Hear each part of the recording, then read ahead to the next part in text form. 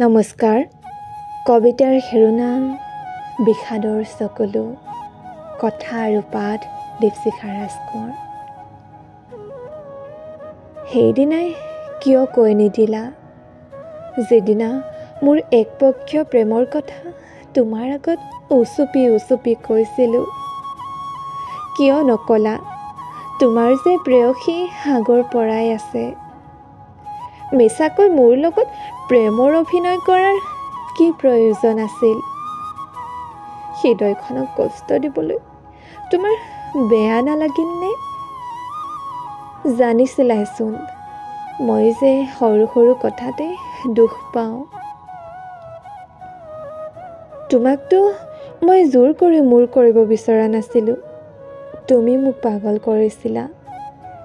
তোমাৰ প্ৰেমত তুমিয়ে পেলাইছিলা, মিছামিছি সপোন তুমিয়ে দেখাইছিলা। আৰু প্ৰেয়সী থকাৰ পিছতো মোক সপোন দেখাইছিলা। যদি সেইদিনাই কৈ দিলা হয়, তোমাক পোৱাৰ সপোন কেতিয়াও সপোনতো নেদেখিলোঁ হয়। হৃদয়খন ভাঙিলা তুমি, বহুত আঘাত দিলা, আনৰো তুমি বিশ্বাস ভাঙিলা। এতিয়া তুমি ভালে আছা, মোৰনো কি আছোঁ এনেকৈ প্ৰতাৰণাৰ বলি হৈ জীয়াই। তোমাৰ খবৰ পাই থাকোঁ, তোমাৰ সেই হাঁহি থকা ফটোবোৰ দেখি ভাল লাগে।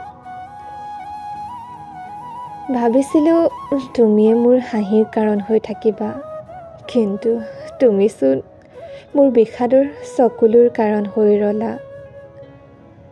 নেদেখাজনৰ ওচৰত এটাই প্ৰাৰ্থনা, ভালে ৰাখক তোমাক। এতিয়া তোমাৰ মাতষাৰ শুনিবলৈ ৰৈ নাথাকোঁ। আগৰ গোটেইবোৰ কল ৰেকৰ্ড মোবাইলৰ পৰা কেতিয়াবাই আঁতৰাই দিলোঁ। তুমিতো মোৰ বিষাদৰ চকুলো, কিয় তোমাক মনত পেলাম? কিন্তু মই সলনি হ'ব পৰা নাই, এনেকৈ এদিন হেৰাই যাম মই।